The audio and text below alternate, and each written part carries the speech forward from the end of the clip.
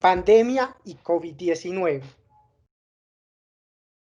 Desde la materia de escrituras y mediaciones de la Pontificia Universidad Javeriana, nos hemos tomado el trabajo de realizar para ustedes este podcast, en donde queremos contarles un poco más acerca de qué es el COVID-19 y cómo se prepara y se ha preparado Colombia para recibir la vacuna contra esta enfermedad. Para eso, hoy nos acompaña Santiago Rodríguez Abella, Juan Nicolás Suárez Acosta y este es su servidor quien les habla, Juan Sebastián Acosta Bernal. Empecemos por contextualizarnos entonces un poco sobre qué es el coronavirus o técnicamente conocido como COVID-19. Podríamos definirlo bien y fácilmente como un virus que se transmite persona a persona por las mucosas salivales y que ha llegado a Colombia más o menos el año inmediatamente anterior por un caso de una viajera internacional. Se presentó pues el primer caso de esta enfermedad.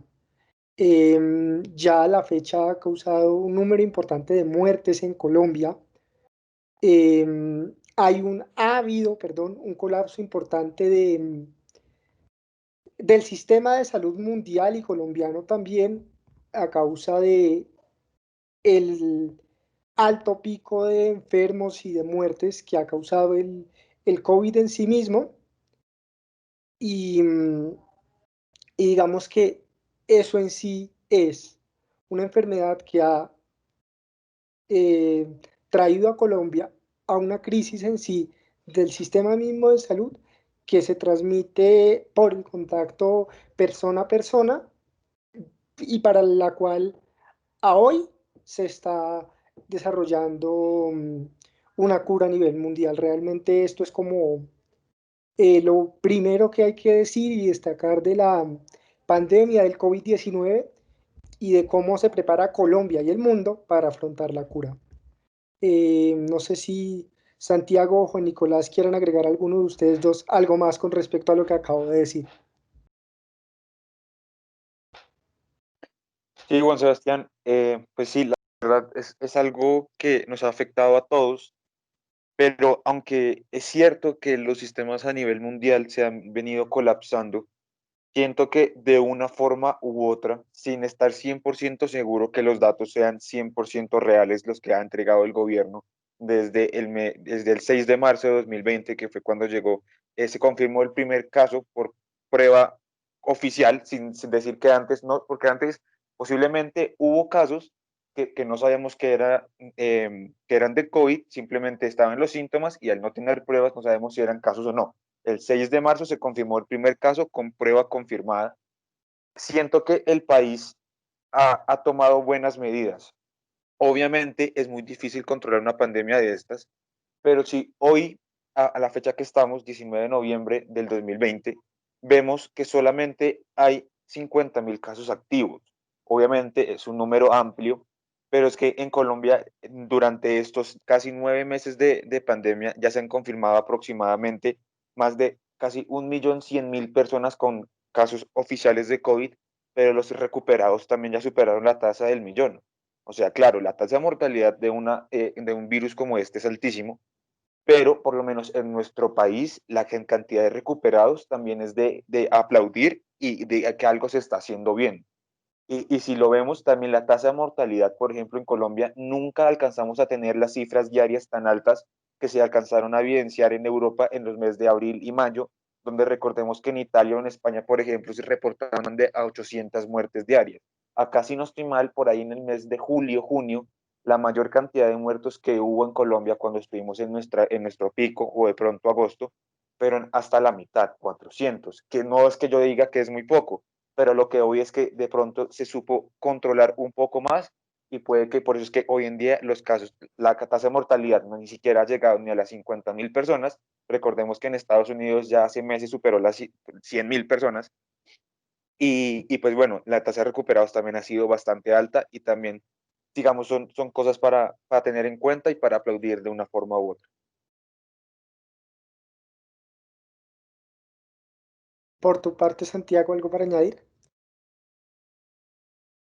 Juan Sebastián, la verdad creo que entre ustedes dos ya definieron todo esto. Es un virus que llegó para cambiarnos toda nuestra rutina, toda nuestra vida, todo el diario vivir de nosotros, de todo el mundo, en especial los colombianos, los cuales no esperábamos, creo que ningún país esperaba que una pandemia mundial iba a ocurrir en este 2020.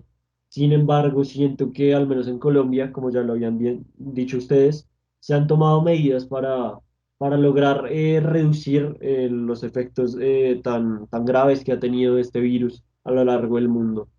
Y creo que eso es algo muy resaltable de Colombia, y es que hemos sabido manejar la situación y tenemos muy en cuenta todo esto hay que tener muy en cuenta esto para el futuro, que seguramente no vuelva a ser como venía siendo desde antes, sino que realmente la situación va a cambiar y va a pasar mucho tiempo hasta que todo vuelva a volver como era antes de este COVID-19.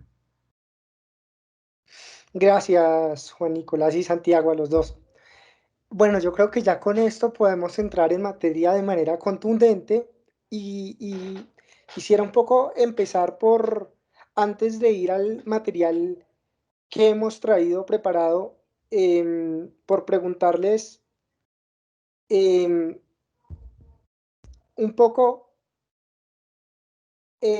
sondear entre nosotros la percepción sobre la misma situación del COVID y una posible solución.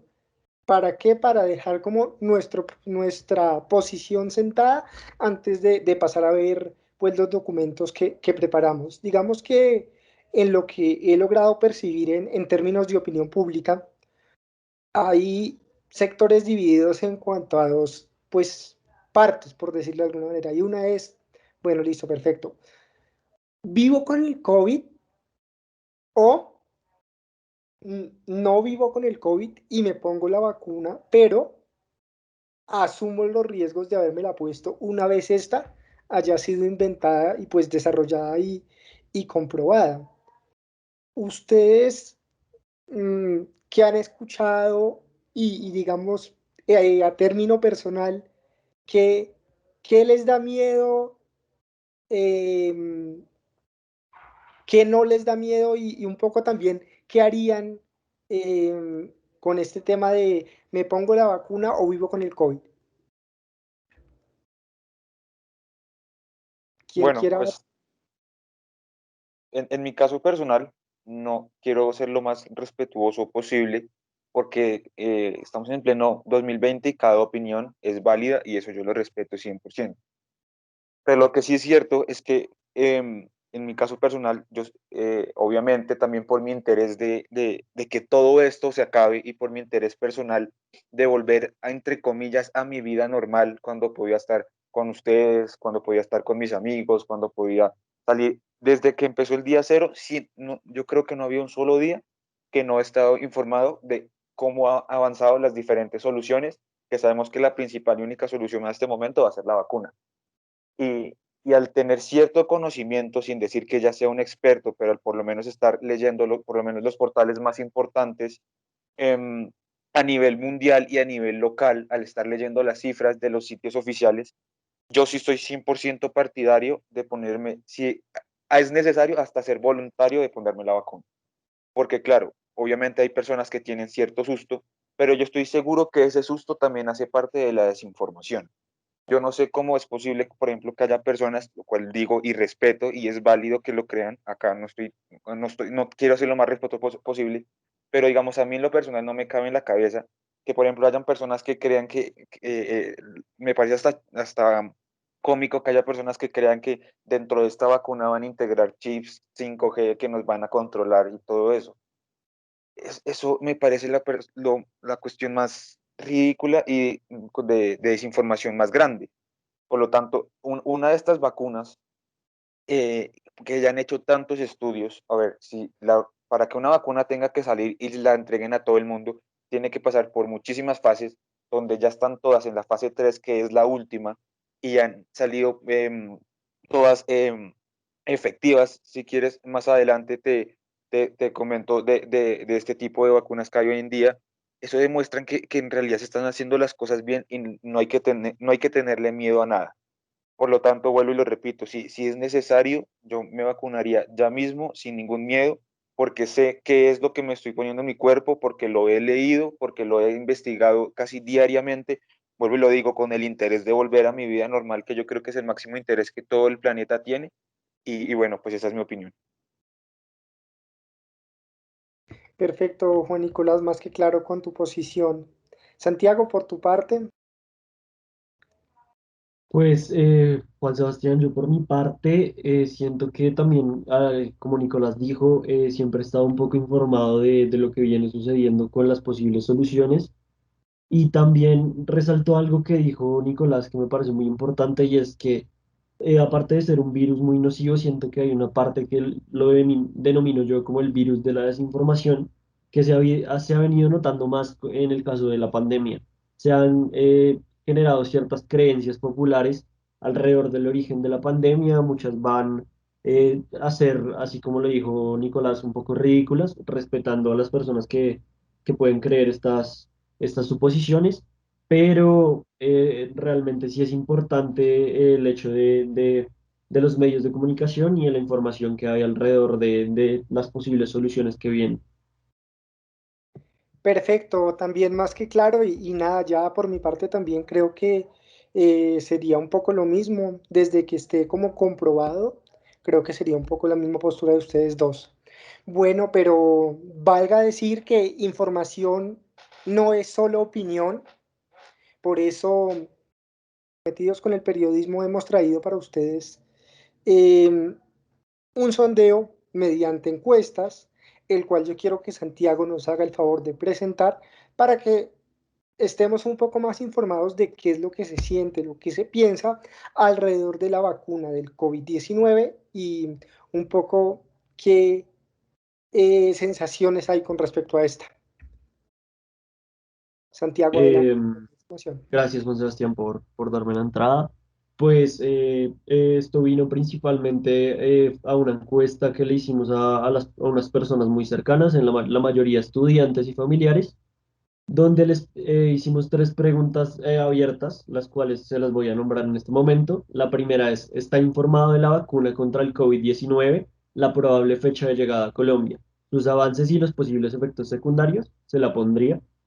La segunda pregunta es, ¿está usted de acuerdo con que la vacuna en Colombia sea gratuita?